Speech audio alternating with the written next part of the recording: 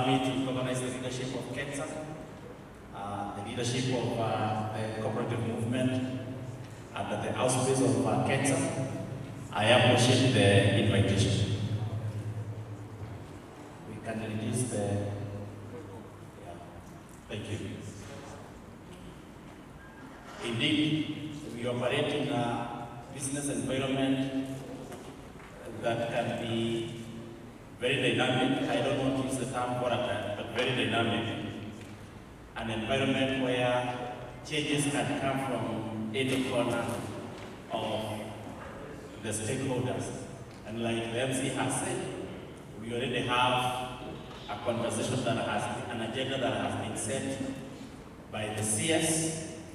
And for me, I want to look at the delegate system from my two major understanding. Understanding number one is that the delegate system is a form of governance. An institution could choose to be under general membership. An institution could choose to be under delegate system. So from that perspective, we start to anchor what kind of a governance system would you want to adopt, and what are the reasons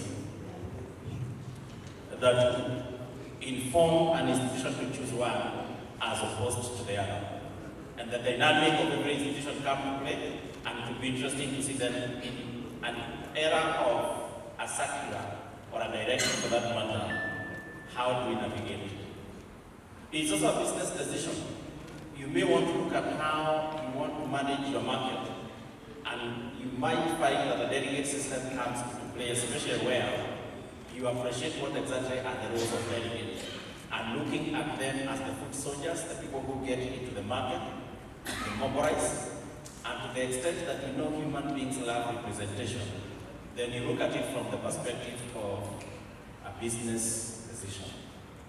I therefore want to persuade us from the onset that as much as complying with a directive is part of our commitment, but we also look at it from the two sides in terms of how does it serve the governance side of things, and how does it serve the business side of us. And again, now looking at what was the guidance, and I have skipped the discussion around does the law exactly provide for such provisions and the powers, and I go straight to what was the guidance. And the guidance is informed by what the CS defined as a problem statement. And he said when the number grows too large and the institution is spread over a wide geographical area, it becomes untenable to continue serving the society in a general membership. Possibly you agree some of the experiences. One of the experiences could be a scenario where too many come and only few people participate. A scenario where you are widely spread, but people are not able to attend those forums. A scenario where even after the meeting is over, you are still registering members who want to be counted as having attended the AGM. And I think that problem statement could be the justification as to why, then how do you provide a solution?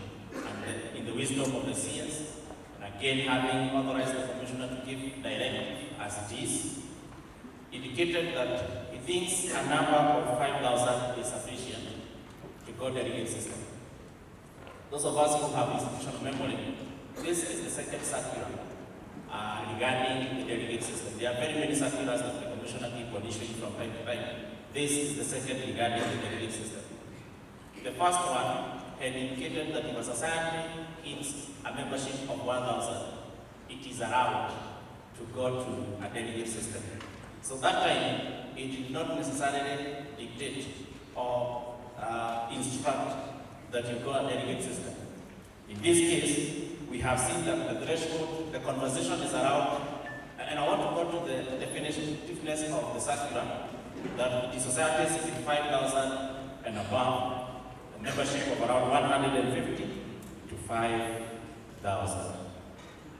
So this may not be very useful, especially because we are going to come into the panel discussion. I know we'll preempt a number of things.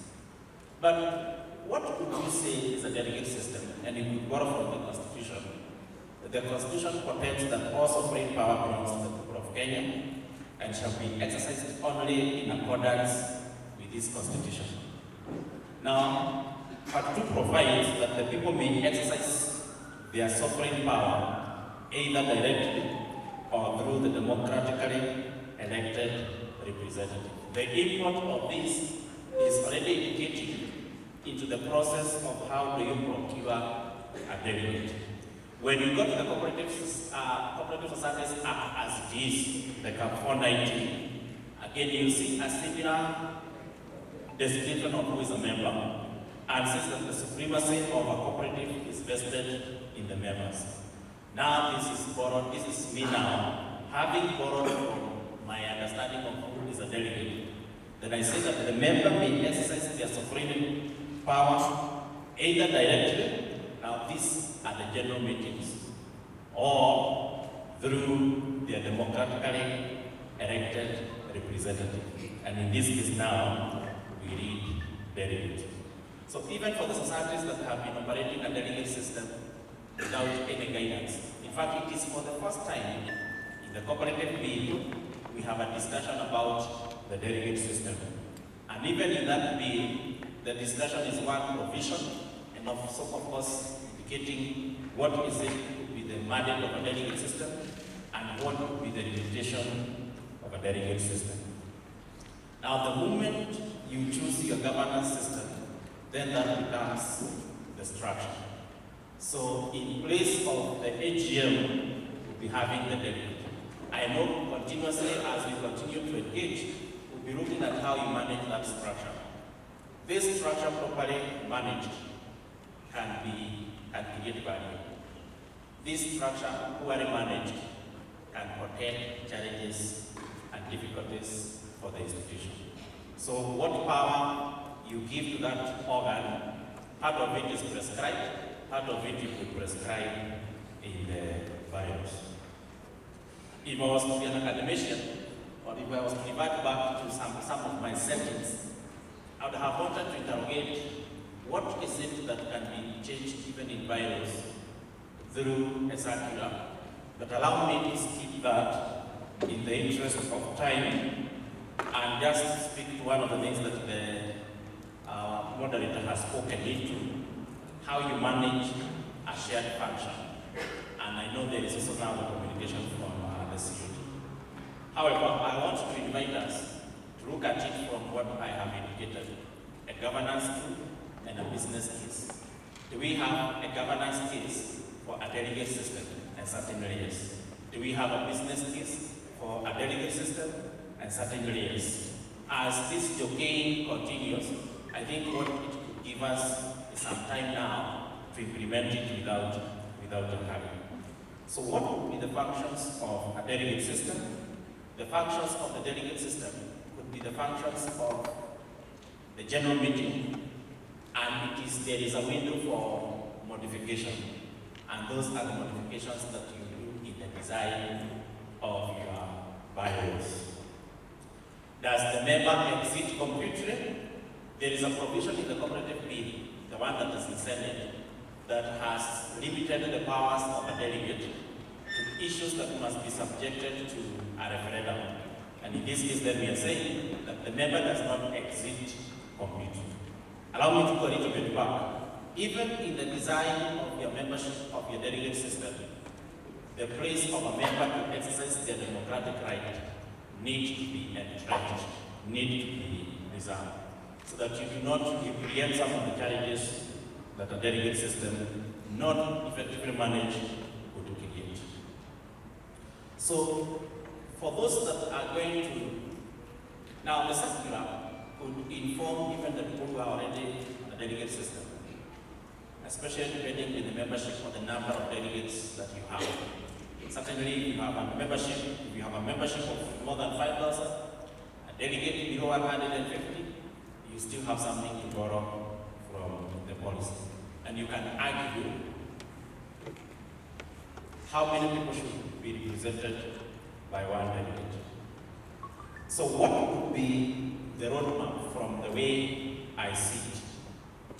One is member engagement. Help the member appreciate why he may want to donate their sovereignty to a delegate, and to what extent does that donation expose that member. Number two, and this is critical, is mapping of the electoral zones at the understood. And you see the extent to which you effectively map the electoral zones contributes significantly to how that system will settle and even how that representation will look like. Now, we will not go to the granulars in this forum, but I know it is an agenda that we can form even in our own institutions. Number three is the amendment of the bylaw. Certainly, to change the form of governance, you definitely have to amend the bylaw. In fact, for me, it is one of the major changes that can be undertaken in a bylaw, to move from a delegate system, from a general membership to a delegate system. And that creates now the reason for number one, because if you are to move from a general membership to a delegate system, the resolution of the member is important. And I know it may not be enough for the members to be told it is a policy or a circular issue. And then, of course, come up with an electoral policy that guide on the processes and the procedures and all those other details that you may want to communicate. So to implement change, then you be guided by how do you implement change, and especially change of monumental nature like this. And there are many models that we could borrow, but for one of it is what we call the quotas model. And just creating an environment for change where it is accepted, engaging the vital, the whole organization, and of course now cementing it and securing it. This is possibly my last slide, and this is like what I have distilled as critical issues informing an election system. That is director. Thank you. Those that have implemented, you could be having areas of improvement. Those that will implement, we will be having discussions around how to implement it. But for me, one of the things that you'll be thinking through is how you onboard the delegates. And I know Mugabe is here. Usually, sometimes when you're getting into a space where you have not been, you get confused as to who exactly you are. And a new delegate may be coming in thinking that the work of the board is also the work of the delegate. Number two is how do you want to train your delegate? Because this is a precursor to whether it will be successful. How do you expose your delegate so that their behaviors are aligned with success? How do you ensure that there is benchmark? What kind of agreement do you want to engage with the delegate? What I refer to as the service level agreement. What interface do you want to create? Are they going to contribute to the growth of the institution? Commit them very early so that they do not become only people who ask questions, but they are also accountable to results, and you can align their results to the strategic plan. What engagement forums would you be having, a calendar of activities? Would you want to be meeting them, informally, in form of coaches? Do you want to involve them in the generation of ideas? And how do you ensure that you have a camaraderie, a working relationship that is very conducive? I submit that the rest of the conversation is going to come out very strongly through the panel discussion. Thank you. Let's appreciate our consultant.